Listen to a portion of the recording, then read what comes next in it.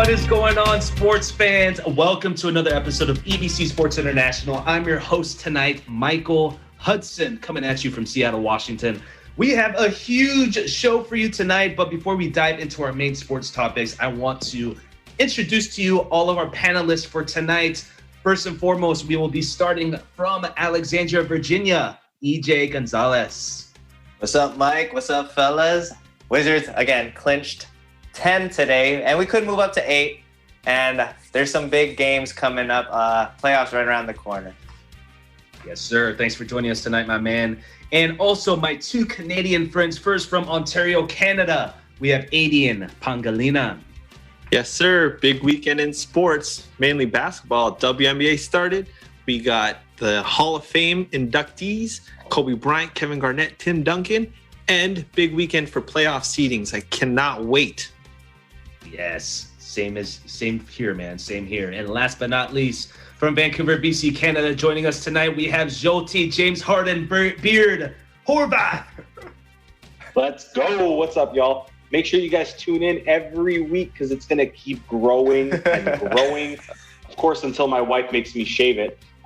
Do want to quickly throw out my New York Knicks have clinched a playoff spot for the first time in 8 years. Let's go. I think Jolty also told me he's not going to cut his beard until the New York Giants win a Super Bowl, which will probably never. So Never. Just kidding. Anyways, thanks for joining us, guys. Before we go on, I just want to remind our viewers that we are by no means experts, but rather a good group of friends expressing our own opinions and sharing the same passion for sports. Now, let's get you caught up with some sports news. So first, EJ is going to share with us some NBA history that was recently made by Mr. Russell Westbrook of the Washington Wizards. Take it away, EJ. That's right, Mike. There's a new triple-double king in town. For almost 50 years, the record for all-time triple-doubles by a single player was held by Oscar Robertson, or the Big O, who recorded 181 career triple-doubles. For years, that record stood nearly untouchable, as even the great Magic Johnson ended his career with 138. That's still over 40 games behind Robertson. Over the last couple of years, one man began breaking triple-double records season after season. It's the Wizards now, Russell Westbrook. In 2017, Westbrook broke this record for most triple-doubles in a single season, 42, a record held previously by the Big O. The next year, he recorded his 100th career triple-double to join the likes of Jason Kidd, Magic Johnson, and Oscar Robertson to ever reach that milestone. Well, earlier this week, Russell Westbrook recorded his 36th triple-double of the season, which is already the franchise record for the Washington Wizards. And on top of that, a culmination of the past seasons that has allowed Westbrook to record his 182nd career triple-double, surpassing the record of the Big O, which, again, many thought was impossible. Now, Oscar Robertson, he was also known to have averaged a triple-double for the 1961-62 NBA season, which seemed impossible for another player to ever replicate. Well, Russell Westbrook, for the 4th time in his career, will be averaging a triple-double for the entire season, with 22 points, 11.6 rebounds, and 11.5 assists per game. Now, this evening, the fans at Capital One Arena welcomed back Russell Westbrook, and management created a special frame jersey with the number 182 on the back to gift to Russell Westbrook as a memorial for his tremendous achievement. Back to you, Mike. Thanks, EJ. I really appreciate it. So now let's swing over to Adian, where he will be giving us an NFL story about Tim Tebow. Adian. Yes, thank you, Mike. It's been a long time since we've heard about Tim Tebow and the NFL being in the same sentence. But Tim Tebow is returning to the NFL after a 6-year hiatus, this time as a tight end. His contract is reportedly a 1-year deal with the Jacksonville Jaguars, which will reunite Tebow with his college coach, Urban Meyer. Tebow, who is 33 years old, recently worked out for the Jaguars, and team officials were impressed with the incredible shape he was in. Perhaps the other reason is his history and relationship with Urban Meyer, as they won 2 national championships with the Florida Gators. Nonetheless, his signing raised some eyebrows around the league, and even cornerback Darius Slay of the Philadelphia Eagles chimed in. It's mind-blowing to me that Kaepernick has no job, but Tebow does. It has been surely a long road for Tebow on his way back to the league since he played his last game in 2012. This included stops with the Jets, Patriots, a switch to baseball, playing left field and DH for the minor league New York Mets teams, and now hopefully a rotational player / mentor for the lowly Jaguars. Jaguars had the worst record of the 2020 season and thereby landed the first overall draft pick, in which they selected none other than our guy Mike, Trevor Lawrence. So hopefully this is the bright start to a bright future that Jaguar fans are hoping for. Mike, back to you. Thanks, Adian. So lastly, we have a story that happened last weekend where Seattle Seahawks star wide receiver DK Metcalf tested his speed against some of the top sprinters in the country. Known for being one of the fastest wide receivers in the NFL, DK competed in the USATF Golden Games, which is one of the qualifying track and field meets for the Olympics. Standing at a solid 6'4", 245 pounds, and only having about 6 weeks to prepare, Metcalf was able to post a 10.36 second 100-meter dash. Though he placed last in his heat and 15th out of the 17 total sprinters, he still impressed a lot of track and field fans and experts alike. What impressed most was being able to run such a fast time at his size. And the winner of the race posted a 10.1, which is only 0.2 milliseconds faster than Metcalf, which is also impressive considering that he had never ran an official 100-meter race in his life. Though there were a lot of naysayers and people from the track and field community who didn't like seeing a professional from another sport compete in theirs, it did bring a lot more attention to the sport where it only really gets recognition every 4 years during the Olympics. DK Metcalf did say after the race that he did not mean any disrespect to the sport, but he just wanted to test his speed against the best. So that's a wrap on the stories from this week. When we come back, in a recent interview, the true GOAT, Michael Jordan, admitted that Kobe Bryant is mentally tougher than he is. We'll give you the details after this short break. Don't go anywhere.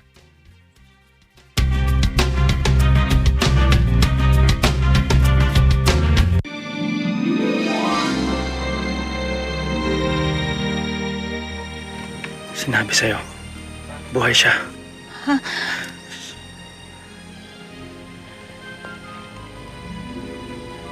Are you sure about this? It's something that I need to do, Adonis. Pwede ka naman kasi magturo dito eh. Dun sa dati mong school. Mas kailangan ako sa Barrio Concepcion. Welcome to Barrio Concepcion, Teacher Althea. Ito nga pala si Ruth. Sa kanya ka makikitira. Hi, teacher. Ben, Romeo? Yes, teacher. May itatanong lang sana ako. Bakit ka nga pala sumali sa klase? Mukha ka namang nakapagtapos ng college. Sabi nila, may amnesia ko kasi wala akong maalala. I don't even know who I am.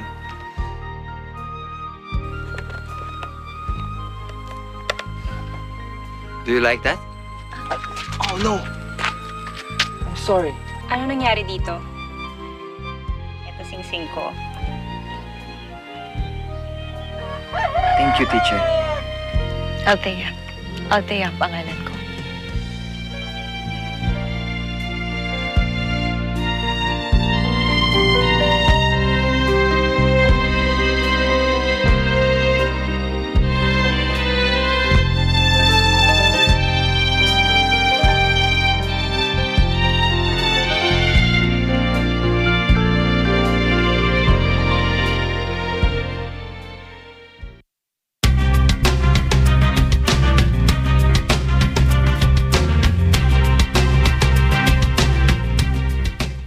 Hey everybody, welcome back to EBC Sports International. Let's dive right into our first topic. So with the NBA Hall of Fame commencing this weekend, Los Angeles Lakers legend Kobe Bryant will be headlining this year's Hall of Fame class. He tragically died in a helicopter accident early last year. And during his career, Kobe was constantly compared to arguably the greatest basketball player who ever lived, Michael Jordan.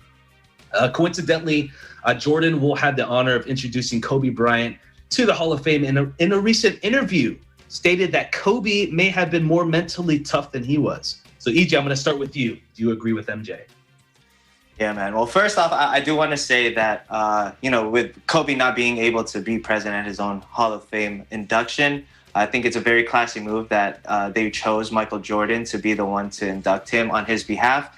again, just like Michael Jordan said in that interview, he was heavily compared to Kobe was heavily compared to Michael Jordan throughout his entire career. Now, to answer your question, the GOAT himself said it, right? Michael Jordan himself said that this guy may have been mentally tougher than he was. And that's coming from Michael Jordan himself, like you said, arguably the GOAT of all time, the greatest player to ever do it. And how can you argue with that if Michael himself is the one saying it? But I mean, think about it. I mean, Michael Jordan didn't really have that coined term, Mamba mentality. Mamba mentality is a coined term. And anytime anyone exemplifies some sort of strong determination or will to overcome a trial that they're facing, they say it's the Mamba mentality. And that obviously reflects how mentally tough Kobe Bryant was. And again, this is the guy who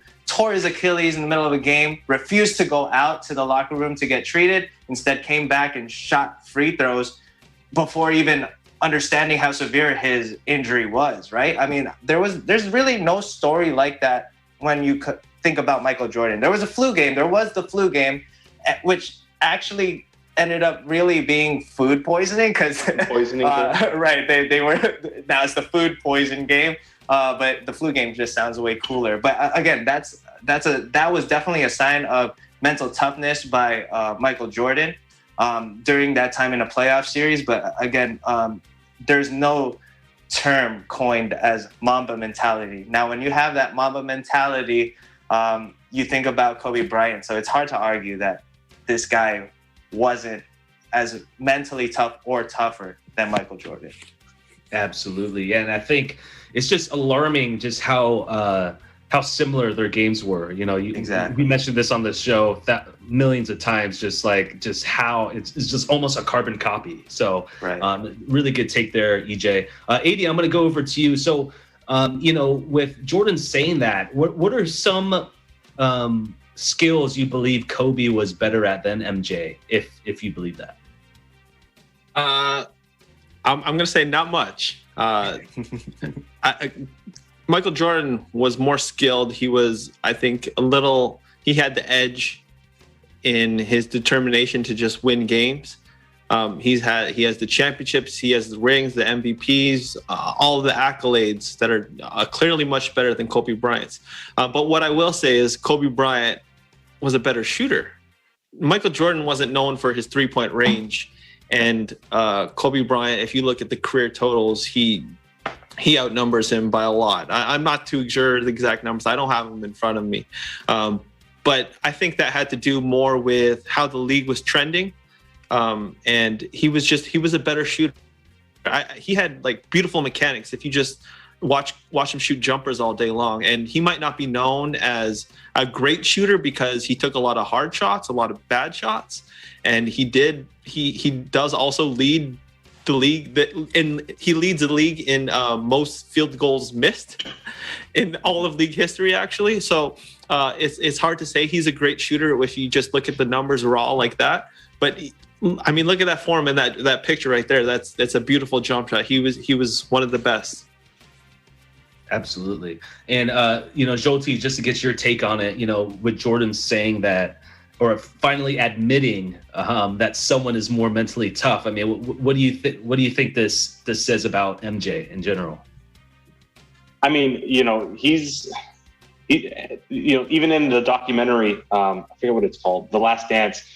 Every single player that he played against that was brought up to him, he had something negative to say, or he just shoved it to the side, or he's arguably the greatest trash talker in the history of basketball. So when it turns around and he says something nice about someone, especially someone like Kobe Bryant, it definitely means something, because he doesn't have a lot of nice things to say about a lot of people, as we've learned.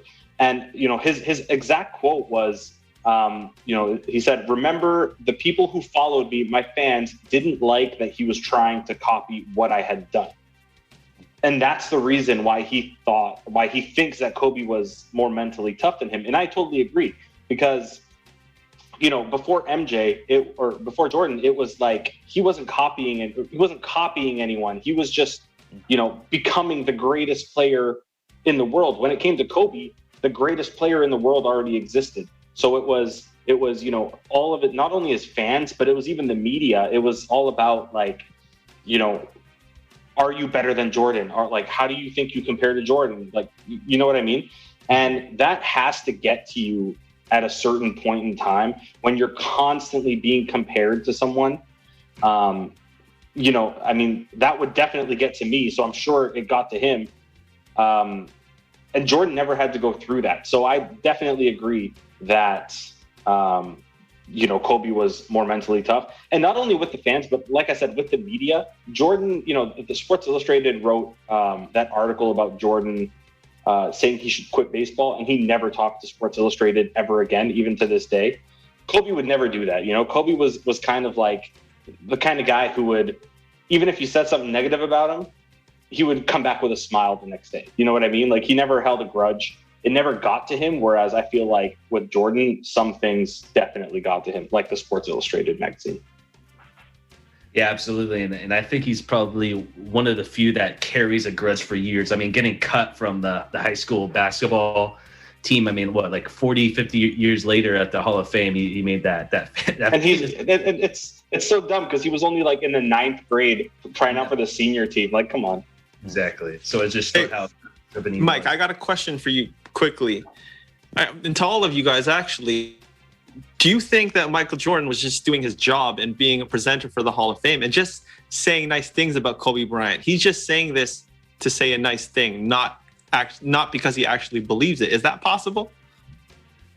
I want to jump in on that because honestly, it's hard to say if the tragic incident never happened to Kobe Bryant and he was still here walking and, you know, he was being the one inducted in person.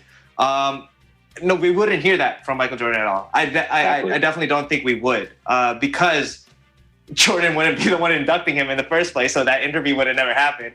But I don't think there's always going to be that battle between the two of them. And I think while Kobe was still alive, that was always something that Michael Jordan and Kobe loved talking about, being compared to each other. Because at the end of the day, Kobe did get that scrutiny of being compared to Michael, but I think Kobe turned it around and made it something enjoyable for all of us to see and appreciate what he was doing. So I don't think we would have ever heard that from Michael Jordan if Kobe were still alive and he was the one he would be present at his own induction ceremony. Even if this interview did happen, you know, and that question was asked of Jordan, he would not admit that, you know, Kobe was mentally tough. He'd be, you know, it would never have came out even if that question was asked. So no. If MJ Kobe was once alive, admitted that Kobe Bryant would beat him one-on-one, but only because he steals all his moves. Well, I would agree. I mean, if you're the best player playing against yourself and you know how good you are, and there's just a guy who is basically a carbon copy of you, then I would be, that's the one guy I'd be afraid of and I would give that nod to, because otherwise, no, nobody would, if anyone was close to me or in Michael Jordan, he wouldn't have said that either. But there it is again, right? It's just like a backhanded compliment, right? It's like, okay, he would beat me, but it's because he steals my moves. You know what I mean? Like, right. So it goes back to him. Yeah, we'll never. Exactly. I don't think we'll ever get a pretty straight answer from him. But yeah. Adian, I know you wanted to mention a couple other Hall of Fame inductees. I believe it was Kevin Garnett and Tim Duncan that were huge NBA stars. Did you want to go in a little bit into that? Yeah, I think he just doesn't get talked enough about. And I understand he's my favorite player, but do basketball fans understand that he's the best power forward of all time? He's a top 10 player ever. He won 5 championships, which also matches Kobe Bryant's. I think they have very comparable careers. Maybe the one big difference is that Tim Duncan made the playoffs every single year of his career, and he's never had a losing record throughout his entire 19 years in the NBA. So he's Mr. Fundamentals. He's going to be inducted into the Hall of Fame, being presented by his old teammate David Robinson. I think that's great, man. It's really making me go through a lot of memories of when the Spurs won those championships in the 2000s, and then the big one against Miami in 2014. Those are things you just can't forget. And we can't forget to mention Kevin Garnett, who's also being inducted into the Hall of Fame, who I think if he had switched teams earlier in his career, if he didn't stay in Minnesota, if he wasn't so loyal, wasn't so devoted, he probably would have had 3 or 4 championships at least. Oh, absolutely. So yeah, pretty stat class. Obviously, Kobe is going to be headlining, but definitely NBA royalty.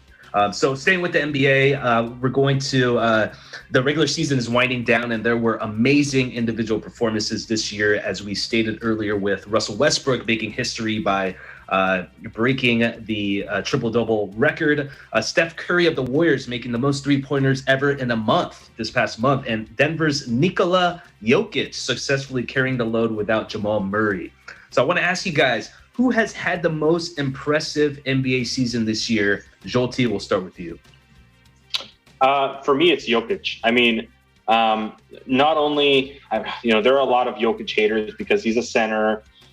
He doesn't play like a traditional center, but this guy has almost averaged a triple-double. Okay, he's 26.5 points per game, 10.8 rebounds per game, which, I don't blame him. He's almost 7 feet tall. But for a center, 8.4 assists per game is absolutely ridiculous.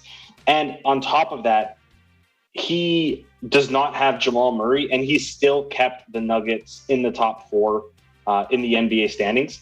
And, as soon as Jamal Murray went down, everyone said the Nuggets are done. Like, that's it. But I think they've won, 13 or 12 out of the last 15, which is absolutely ridiculous for a team without Jamal Murray. This guy is the front runner for MVP. He should win MVP. I know EJ would disagree about this MVP choice of mine. But, for coming into the season, I'm pretty sure, wasn't he the one who was stuck in Serbia because he had COVID and he dropped 50 pounds and he couldn't get into the US? And, everyone was like, this guy's lost way too much weight. He's too skinny. He's not going to be able to, hang down low. He doesn't need to. The guy plays up top as a center and just dominates the league and dominates what he does. There's no question that this guy should be the MVP. Absolutely. Yeah, that's a solid choice. So EJ, we'll swing to you, my man. What are your thoughts about the most? I'm surprised. No. So I would, obviously I'd be biased to Russell Westbrook, but I'm surprised that Joel T went with Jokic and not Julius Randle, because to me, if we're talking about the most impressive season, it's something that we didn't expect. You know what I'm saying? Jokic was known to be a phenomenal passer, averaging almost a triple-double. And no hate on...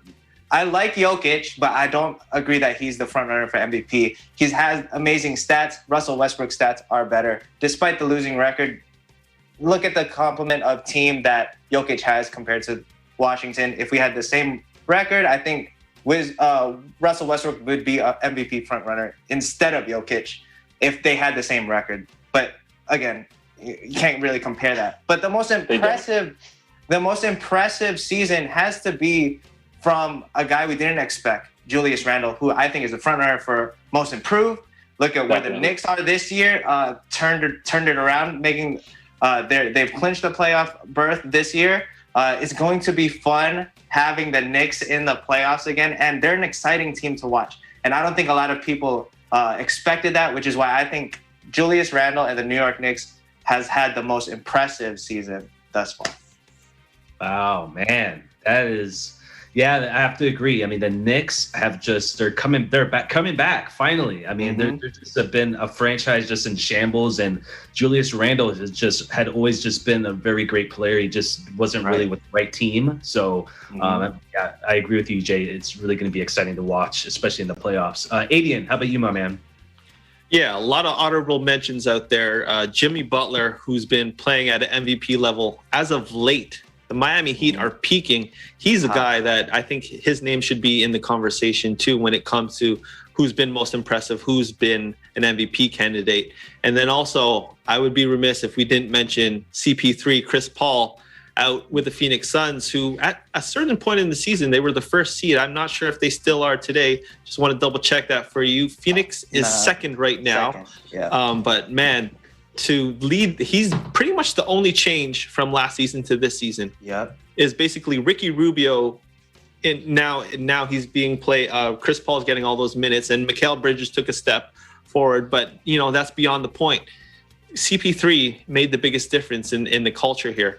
But if I'm gonna have to choose one of the most impressive players, I'm gonna go with Jokic. But last thing I'll say is Joel Embiid. Joel Embiid. I said 5 names there. I'm sorry, but Joel Embiid, he's been the guy who's taken the Sixers to the next level because he's changed his diet. He's played a lot better. He dominates the post. He dominates from the mid range. He can play outside now from the 3. They're basically just giving him the ball and saying isolate and get me a bucket, and he's doing it at a historic rate. He's averaging more than 10 free throws, and he's nailing most of them, which is something that Shaq wasn't able to do for a big man. And I think that's what makes it so impressive because he dominates on both sides of the court. So if Jokic wins, I wouldn't be mad. But if Embiid wins the MVP, I think he's just as deserving. I do want to, if I can add something real quick. I just want to go back to when we were talking, like preseason, we were talking about our outlook for our teams, and I was making fun of the Knicks, and I was like, who do the Knicks have? Julius Randle? Like, they can't sell a Julius Randle jersey if their lives depended on it. And now the Knicks team store cannot keep Julius Randle jerseys on the racks, which is crazy. That's why you have to keep talking bad about your team, Joel, and they'll do well. I know. I'm going to keep doing it. All right, guys. Well, hey, great takes. When we come back, the NFL just recently released its regular season schedule, so we will break those down after this short break. This is EBC Sports International.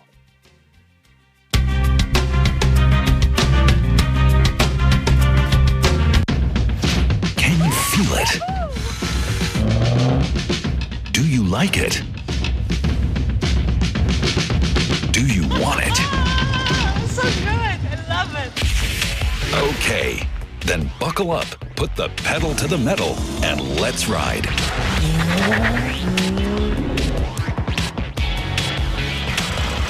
Rev. Susunod sa Kesaya-saya. Hello mga barangay! Kumusta kayo? Mag-video call na kami ni Carding Babes ko. Nawalan ng kuryente. Tuloy ang quarantine bubbles sa ating mga lovables. Walang kukontra, walang pipigil, at walang pwedeng humadlang sa akin dahil I'm living on a jet plane. Maka-eyeball ko lang ang may babes kong si Carding. Hello! Welcome sa aking first time online selling dito sa Katakutan Hardware. At di rin papipigil si Kapitan sa first online hardware selling. Pero iba yata ang hanap ng kanyang mga potential buyers. May tinda ba kayong brief na polka dots? At kahit anong gawin nyo, sisiguruhin ni Bebeng na magugupit niya ang mahabang kuko niya sa paa. Masakit man ito.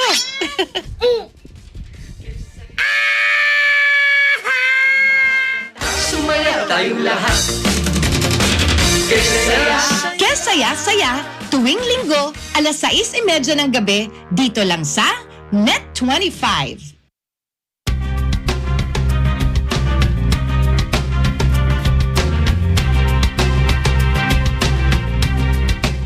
Welcome back to EBC Sports International. Sports fans, I'm your host, Michael Hudson, coming at you from Seattle, Washington. The highly anticipated day where the NFL releases its regular season schedule happened just a couple of days ago, and there will be some huge games this season. Thomas Edward Patrick Brady Jr. will pay a return visit to Foxborough to take on his former team, the Patriots, in Week 4, while EJ's Washington football team will take on my Seahawks on Monday Night Football on Week 12. And that's just to name a few games this upcoming season. Jolty, our football expert, share with us your thoughts on some highly anticipated games you're looking forward to this season. All right. Well, first off, you mentioned the biggest one, Tom Brady and Rob Gronkowski returning to Foxborough to play against the New England Patriots and Bill Belichick for possibly the only time in Tom Brady's career. So, we'll see how the fans respond to that. Probably not too you know what? I don't know. I don't know if they're going to be favorable of him, returning as a Buck or not, because he did win them 5 Super Bowls. Yes. So you can't really hate on a guy, but he did kind of, leave you high and dry at the end there. and then go off and win a Super Bowl his very first year somewhere else. So I don't know how the fans are going to feel about that. We'll see. That'll be super interesting. Adian, you can bring up your conspiracy theory later if you'd like. I won't steal that from you. The second game I want to talk about, which when I brought this up, off air, Mike was kind of like, really? This game? The Jags and the Bengals in week 4.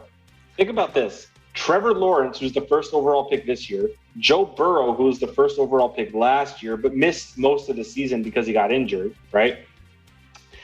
You got the new coach in Jacksonville, Urban Meyer, who was Joe Burrow's head coach at Ohio State before Urban Meyer chose to start Dwayne Haskins over Joe Burrow, which caused Joe Burrow to transfer to LSU and win a national title at LSU.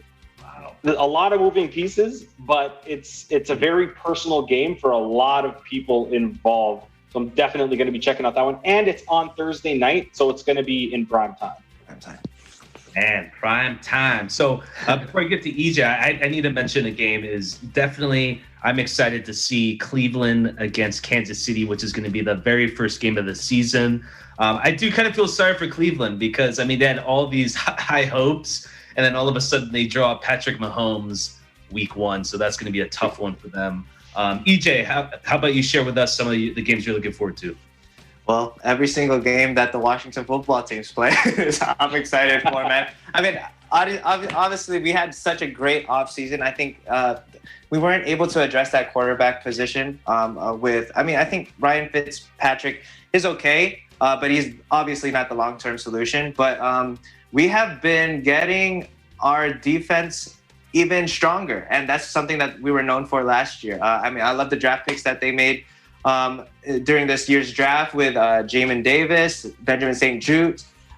There's some other guys that I think will be able to make a name for themselves. So I'm excited to see what the Washington football team can do. And obviously, our first game actually this season is going to be against the Chargers, and that's last year's Offensive Rookie of the Year, Justin Herbert, against our Defensive Rookie of the Year. So it's going to be very fun to watch. I'm going to be excited to see those young guys battle it out. But other than that, whatever primetime game that comes out, I'll be calling Jolte and asking him, "Hey, yo, what's the one to watch this week?" And you too, Mike. So I'll be watching whatever. But definitely excited for what Washington can bring. The only thing I don't like is how tough our schedule is this season, and we could talk about that a little bit more. But we have the toughest schedule in the NFC East, but I still think that it's ours to claim. If I can say one thing about the Washington football team before we move on to Adian, Washington, one of their undrafted rookie signings was tested positive for COVID. So Washington football team is only doing rookie minicamp with the drafted rookies. So they are not inviting any other rookies, like undrafted rookies, to their mini camp, which is crazy because, a lot of these gems, that's where they're found, especially in a college football season where there was no combine to see some of these guys. This would be a lot of people's only chance to make the team. So, Washington's rookies are going to have it tough this year. Wow. Hey, EJ, we're going to have to do a little bet for that Monday Night Football game. Oh, yeah, definitely, man. Oh, for sure. Right. All right, Adian, share with us some of the games you're looking forward to seeing this year. Yes, sir. So speaking of that Bucks and Pats, juicy storyline / conspiracy. So Tom Brady needs 700 plus yards to get the NFL passing record. It turns out that if he maybe averages 200 per game for the first 3, he'll be looking to break that record in his 4th game, in which he happens to be playing against the New England Patriots, his former team, his former coach, Mr. Bill Belichick. How juicy of a plot line would that be if Bill is like, "No, I'm not going to let you get that record today"? We'll see. And the other game I'm going to say is Packers and Chiefs, 2 of the top most electrifying offensive quarterbacks in the league. They both had the top seeds last year. That is the Green Bay Packers and the Kansas City Chiefs. I think that's going to be full of fireworks. It is in week 9. We don't know if Aaron Rodgers will still be with the team, but assuming that he is still with the Green Bay Packers, that's going to be a good one.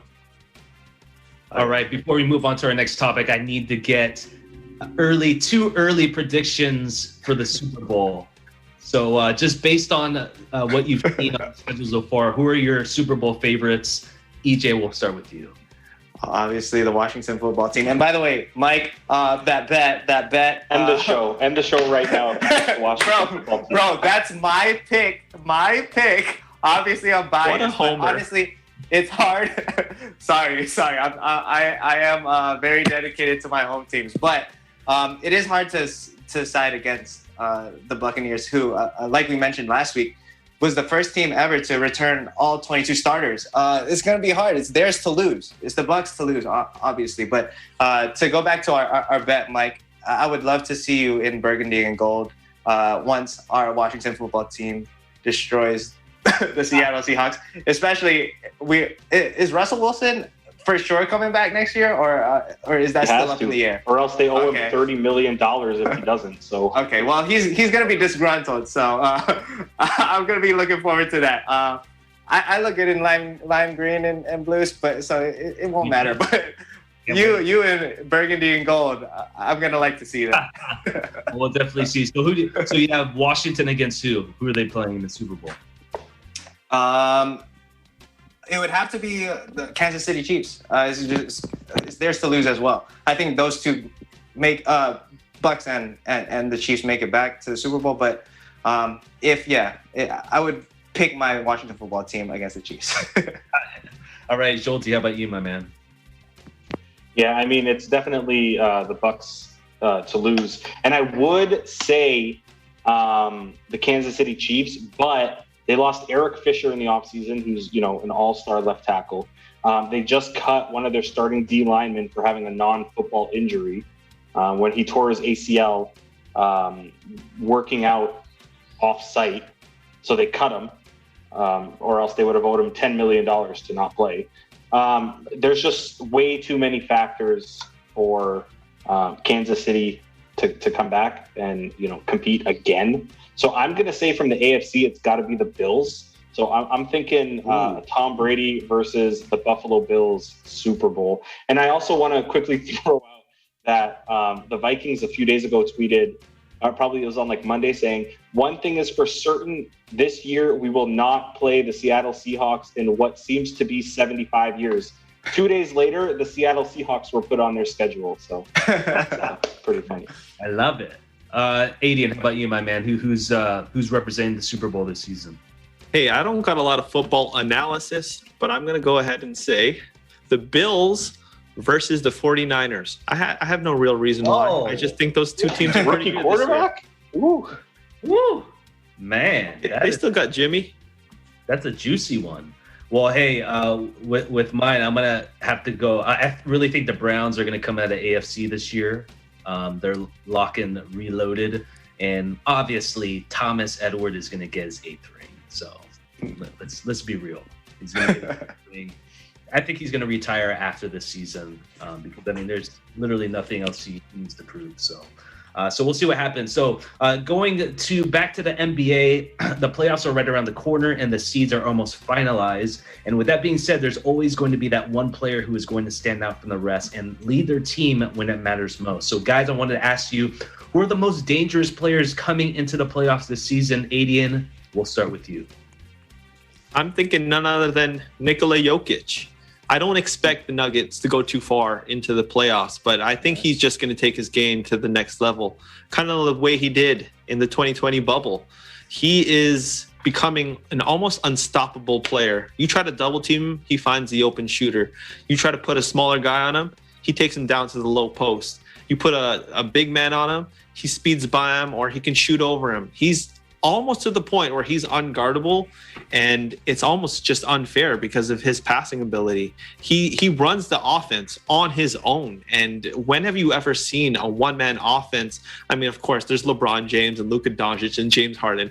Those are the times you've seen it. I'm answering my own question here. But Nikola Jokic is a one-of-a-kind because he's a 7-foot Serbian, and it's just a joy to watch because he's this big, doughy dude. He's the most relatable body-wise player that, you know, us regular people can relate to.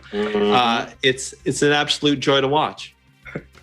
Absolutely. And Jolty, if you had to pick one player, just one who is just the most dangerous, who would it be heading into the playoffs? I'll keep it quick so EJ can talk for the last however many minutes we have. Playoff LeBron is like no other player in the league right now. Yeah, definitely. LeBron, the King James, and EJ. I know you'll probably say Russell Westbrook. So besides Russell Westbrook, the most dangerous player. I think he said playoff team, not play-in team. Bradley Beal. Hey man, I really think I like our Wizards' chances of getting into the playoffs. Boston's hurt. Charlotte, we played them last, and we could take that 8th seed from them. And Indiana Pacers, they're okay. They're like us. That's a 50-50 split. So I think we can make it into the playoffs, but I'm not going to talk about them anymore. The hottest teams right now in the NBA are the Miami Heat at the right time, 8-2. These are the guys who made it to the finals last year. They're going to be a dangerous team to watch. Bam Adebayo and Jimmy Butler is just scary good, and they're getting hot at the right time. Philadelphia Sixers obviously are also hot. They're 8-2, and the Milwaukee Bucks are 8-2 in their last 10. These guys have dominant players who we expect to perform. Now, who's going to be the dark horse and who's going to take their game to the next level? The Knicks and the Suns haven't made the playoffs in years, and this is their first time making it in years.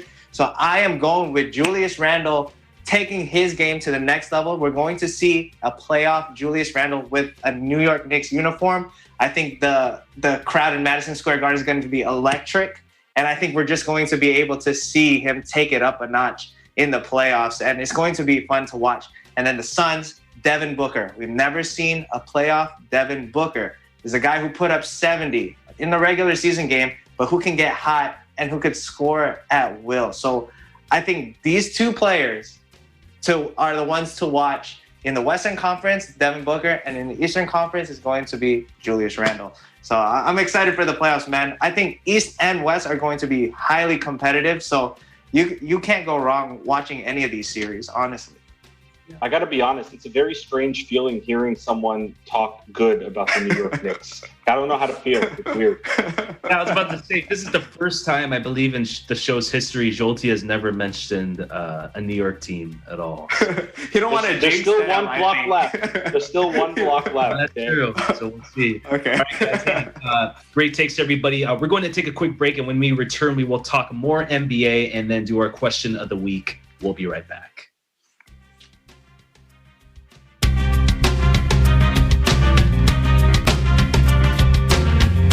Paano ba nakakatulong ang mga bangko sa pagninegosyo sa panahon ng pandemya? Ano nga ba ang serbisyo ng mga bangko na maaaring gamitin ng MSMEs para mapalago ang kanilang mga negosyo sa gitna ng krisis sa COVID? In this episode, we will talk about cash management system, which now has become a must-have platform for businesses to help track their finances and ensure their business goals remain on track. The most important for us would be the bank that would have the most comprehensive products, which will serve our needs. When you get into cash management, those are two super basic stuff that you would need. The government payments and at least man lang the fund transfers, which is basically PesoNet and InstaPay. So kahit konti o marami kang pera, kailangan mong bayad ng supplier. Pag-uusapan din natin ang DigiBanker for small to medium business ng Security Bank in this episode of Open for Business.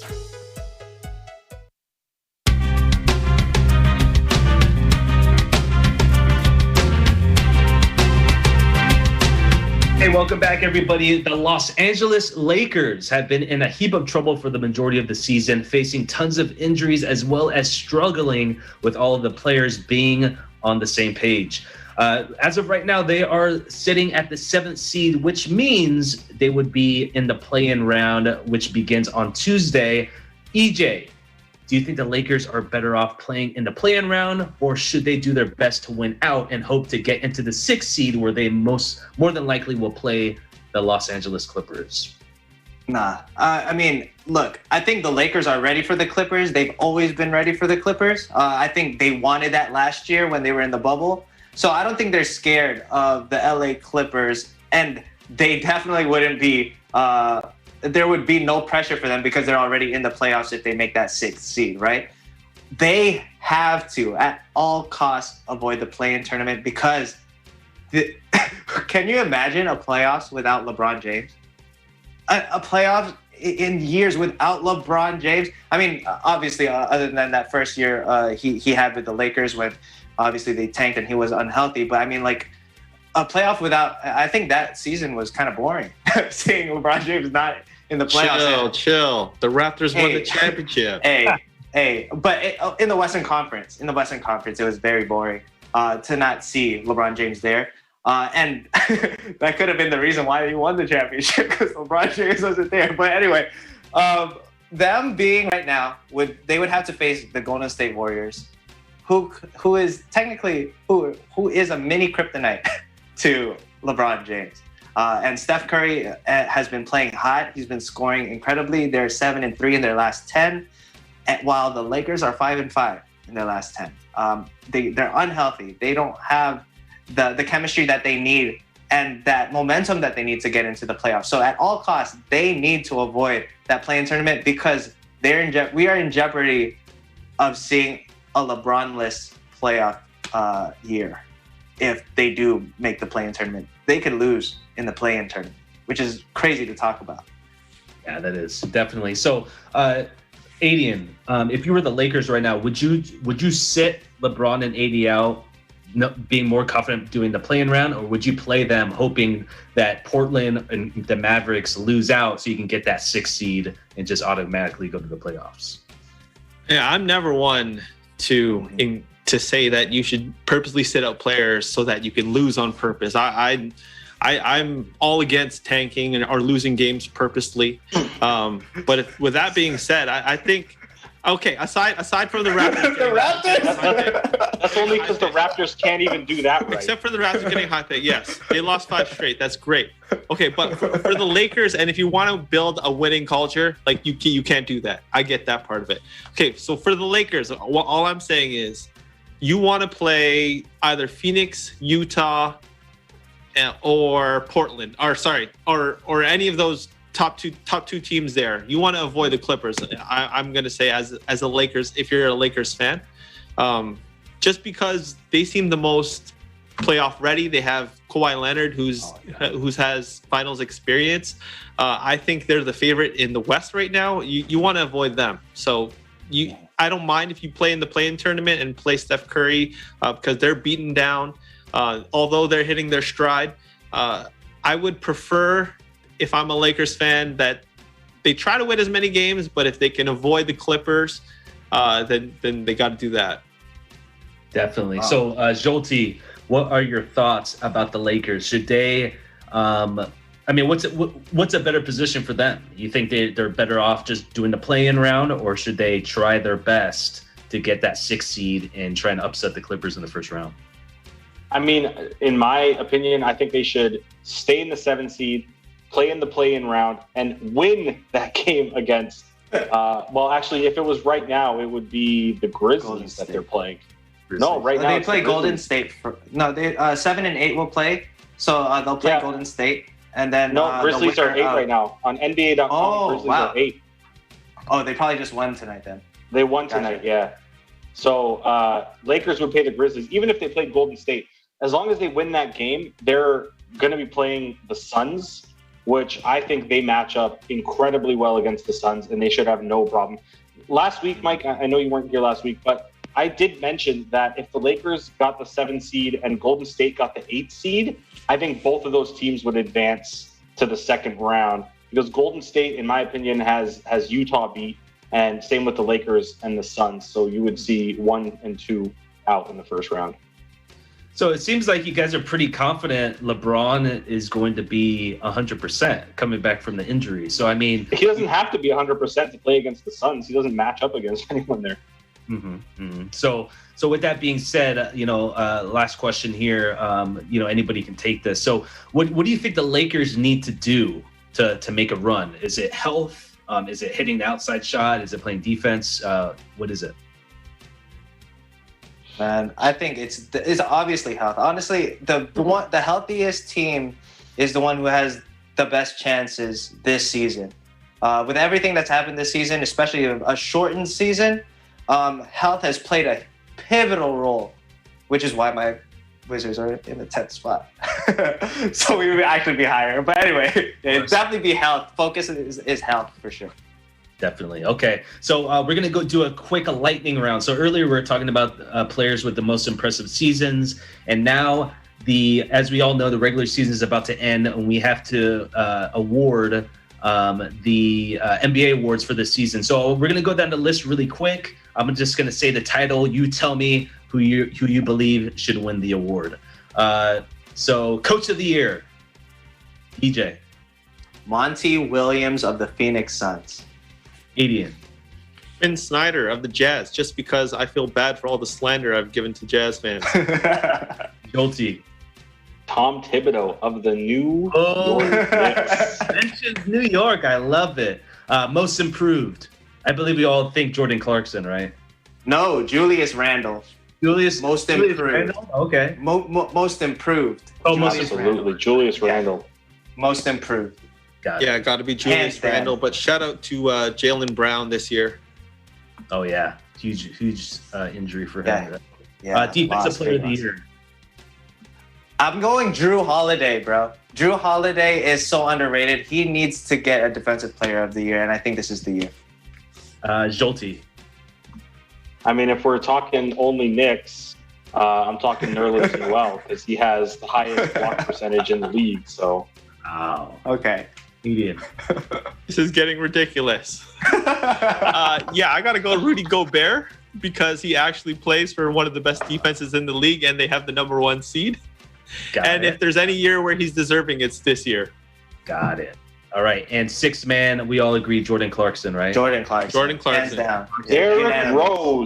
Derrick Rose. Oh, that's a good one. That's a good dark horse. That's a good dark horse. We're going all Knicks here. What about Quickly? Emmanuel Quickly. Oh, yeah. That's a good one, too. I don't know who that is. Okay. How about Rookie of the Year? LaMelo Ball. LaMelo Ball. I'm going Emmanuel LaMelo Ball, Quickly. too. Quickly. Shout out to Anthony Edwards. Shout out to Tyrese I was about to say Haliburton. Anthony Edwards. Anthony Edwards, baby. All right, and last but not least, MVP. I'm going Embiid. Embiid for me, too. Jokic. No, Jokic for me. The only non-Nick on this list, Jokic. Got it. All right. Julius Randle. Julius Randle for MVP. Let's go. Yeah. Most improved player and MVP same year. Has that ever happened? All right, guys. So we cannot end the show without our question of the week. So with millions of playoff series played throughout the course of sports, there were many that stand out and take our breath away every time we think about it. So guys, I'm going to go around the virtual table again. What is your favorite playoff series and why? I'll go first. I'm going to have to say Bulls versus Knicks, 1992 Eastern Conference Finals, or Eastern Conference Semifinals. The Knicks were up by 2-0. Everybody thought the Knicks were going to sweep or at least win the series, but the Bulls come back and win 4-2 because MJ finally became MJ. We will go with 80 next. I'm going to go with the Raptors, Sixers, 2019. It was a 7-game series, back and forth all series. I got to tell you, man, the Sixers had a better, more talented roster. Their defense was scary. They were a long team. They had prime Jimmy Butler, Ben Simmons, and Joel Embiid, and Tobias Harris. And the Raptors still won in 7 games with a classic buzzer beater shot by Kawhi Leonard. Dude, I'll never forget the announcers. Like when he made it, oh man, they were like, Crazy. Speechless. How about you, Jolty? Yeah, I gotta go with the 2015 ALDS Texas versus Toronto. Texas goes up 2-0 in the 5-game series. Toronto wins the next two, goes to Game 5. In the 7th inning of Game 5 was one of the longest in MLB history. 18-minute delay due to a horrible ball by the umps that was upheld for some stupid reason. And then, of course, Joey Bats knocks the ball out of the park, tosses his bat, bench is clear, and the Blue Jays win. Nice. Gave me chills. Wow. Gave me chills. And EJ, last but not least. I was going to go basketball, but since you brought up baseball, Jolty, I switched my answer just now. The 2019 World Series. Oh my gosh, against the Houston Astros and the Washington Nationals. Nobody wins a home game. Nats win on the road every road game, and the Houston Astros won every road game of theirs. But since Houston had the advantage, we won that 4th and final Game 7. Definitely historic curly W in the history books. Washington Nationals 2019 World Series. Awesome takes, guys. Well, hey, that's all the time we have for this week's edition of EBC Sports International. On behalf of everyone on our panel, thank you so much for joining us, and be sure to tune in again next week. Make sure to visit our websites at eaglenews.net and eaglenewslive.com. Like us on Facebook and follow us on Twitter at EagleNewsPH to join the conversation. For EBC Sports International, I'm Michael Hudson. We live in interesting times.